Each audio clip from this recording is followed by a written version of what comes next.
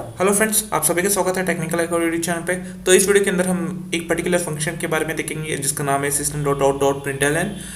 उससे हम कैसे हम एक एक स्टेटमेंट को कैसे प्रिंट करें और एक वैल्यू को कैसे प्रिंट करें और सिस्टम के साथ साथ एक स्टेटमेंट के साथ साथ एक वैल्यू को कैसे प्रिंट करें, इस सब कुछ आज हम इसी वीडियो के अंदर देखेंगे। तो बिना देरी करते हुए चलिए शुरू करते हैं। तो सबसे पहले आपको नोटपैड ओपन कर लेना है।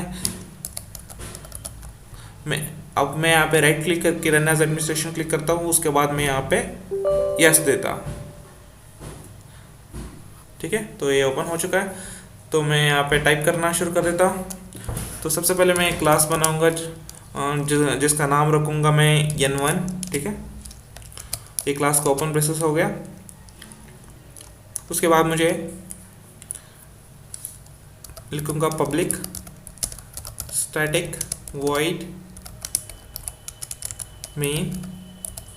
ओके, और यहाँ पे स्ट्रिंग के लिए कैपिटल एंड आर्ग्यूमेंट्स मैं यहाँ पे ब्रैकेट लगाना होगा, अरे टाइप का ब्रैकेट।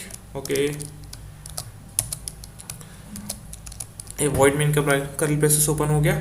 और यहाँ पे लिखूंगा सिस्टम, यहाँ पे सिस्टम के लिए कैपिटल है, system out dot print L N. Okay, यहाँ पर मैं कुछ भी एक स्टेटमेंट ले लूँगा जैसे कि हेलो व्यूअर्स। ठीक है,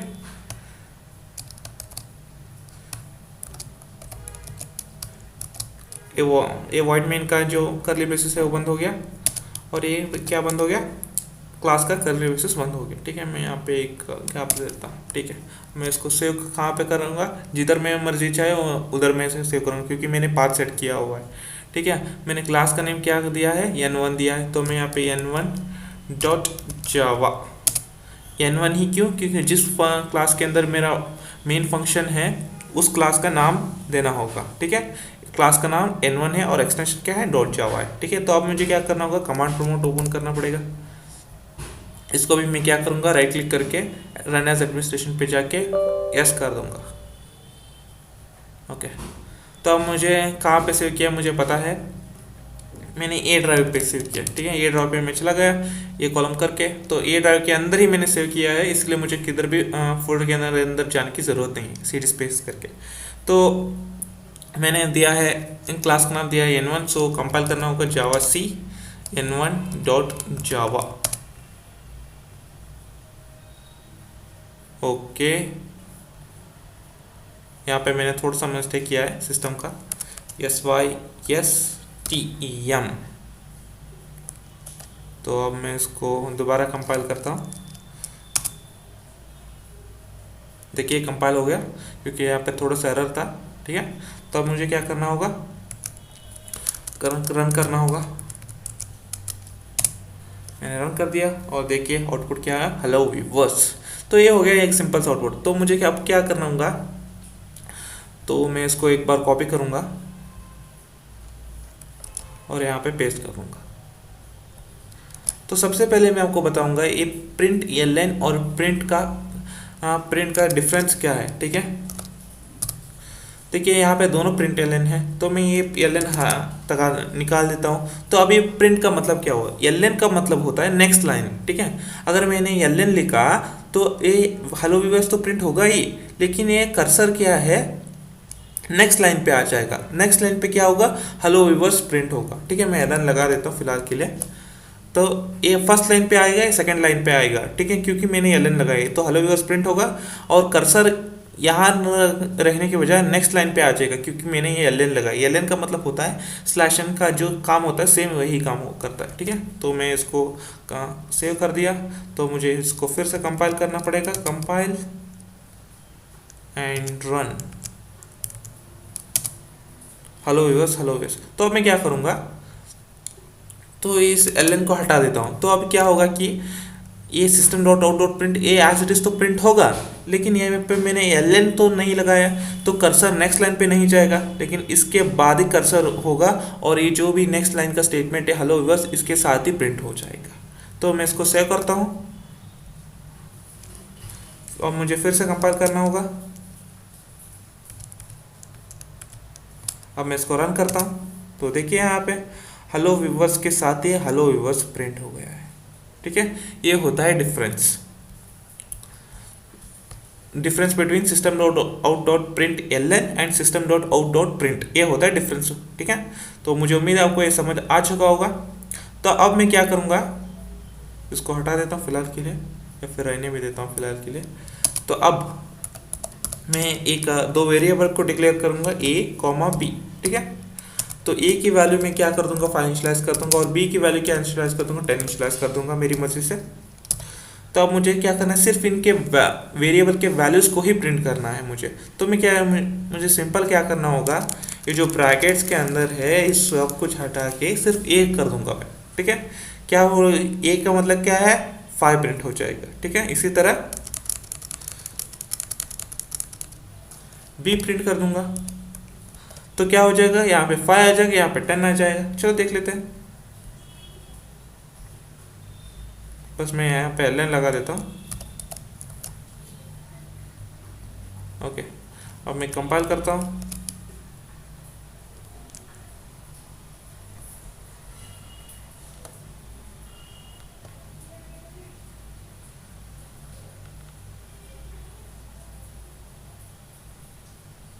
ओके, अब मैं क्या करूँगा, रन करूँगा। तो आप देख सकते हैं 5 आ चुका है, ए की वैल्यू 5 है और बी की वैल्यू 10 है, दोनों आ चुके हैं। ठीक है, तो अब आपको समझ आ चुका होगा वेरिएबल के वैल्यू को कैसे प्रिंट करना है। तो अब मैं आपको बताऊंगा कि डबल कोट्स के अंदर जो कुछ भी हम लिखते हैं, जो कुछ भी हम स्टेटमेंट लिखते हैं, उसके साथ साथ वैल्यू को कैसे प्रिंट करना है। ठीक है, तो सबसे पहले मैं दिखा देता हूँ। मैं यहाँ पे डबल कोट्स के अंदर क्या लिखूंगा, वैल्यू ऑफ ए। ठीक है, वैल्यू ऑफ ए लिखा मैंने।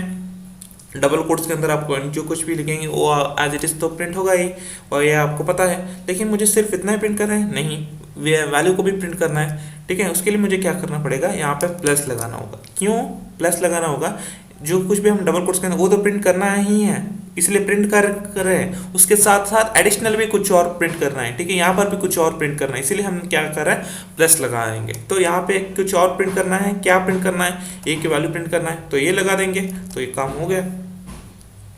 तो मैं यहाँ पे लिख दिया, और मैं इसको फिर से कंपाइल करना पड़ेगा। सेव किया है मैंने, तो इसको कंपाइल कर दिया मैंने, और इसको प्रिंट करना है। देखिए value of A equal to 5 आ गया। तो डबल कोट्स के अंदर जो कुछ भी हमने value of A equal to लिखा था वो लिखा एज इट इज लिखा हुआ मिला, और चूंकि ये हमने लिखा हुआ था डबल कोट्स के बाहर प्लस ए लिखा था, उसकी जो वैल्यू है 5 वो भी आ चुका है, तो ए हो गया। ठीक है, तो अब मुझे क्या करना होगा, इसी तरह मैं बी का भी कर देता हूँ।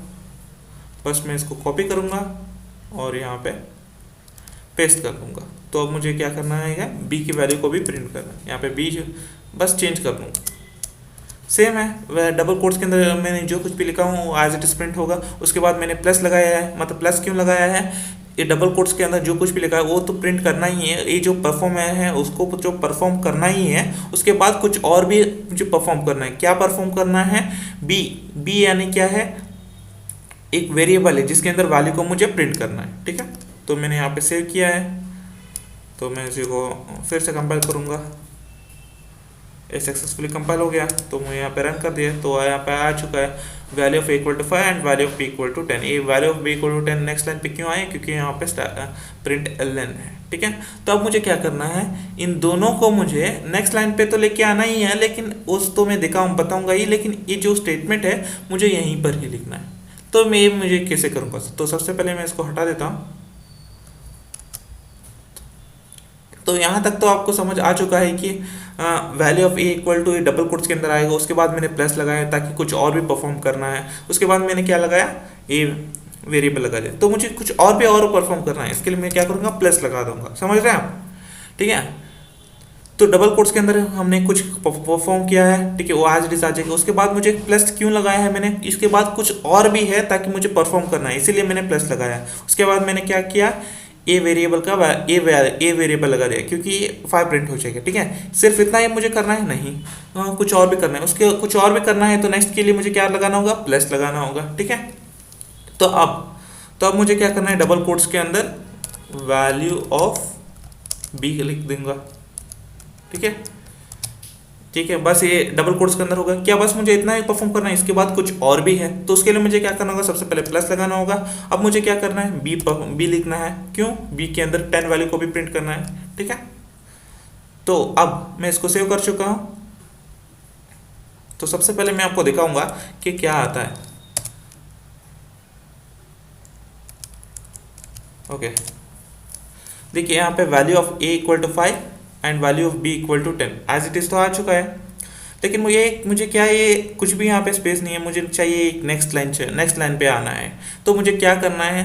तो सेम एज इट इज आप जो सी में करते थे, सीपीपी में करते थे, जो कि स्लैश एन लगाकर आप यहाँ लगा सकते हैं। कहाँ पर? डबल कोट्स के अंदर स्लैश एन लगा दिया मैंने।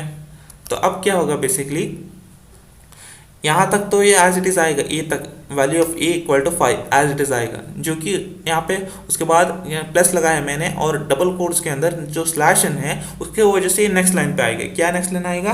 Value of B equal to plus B, यानी value of B equal to 10। ये क्या आ जाएगा? नेक्स्ट लाइन पे आ जाएगा। मैंने सेव कर दिया है, तो अब मैं इसको कंपाइल और रन करके दिखाऊंगा। ओके,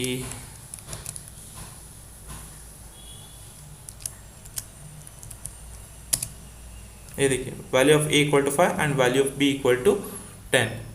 तो ये सारी चीज़ें हो गई। ये सारी चीज़ें आपको बेसिक चीज़ें होती है जो कि आपको पता होनी चाहिए कि वैल्यू को कैसे प्रिंट करें, और हम स्टेटमेंट के साथ साथ ये जो कि स्टेटमेंट है डबल कोट्स के अंदर जो कि स्टेटमेंट है उसके साथ साथ वैल्यू को भी कैसे प्रिंट करें, और डबल लाइन के जो स्टेटमेंट्स है उसको कैसे प्रिंट करें, और डबल लाइन के जो एक तरह का स्टेटमेंट हो और दूसरी तरह का वैल्यू, उन दोनों के साथ साथ मिक्स करके एक ही लाइन में सब कुछ कैसे प्रिंट करें, ये सब कुछ आपको पता होना चाहिए, ताकि जब आप प्रोग्राम लिखेंगे तो आपको आसान हो। तो इस वीडियो में इतना ही था। मिलते हैं अगली वीडियो में। Till then take care, bye bye.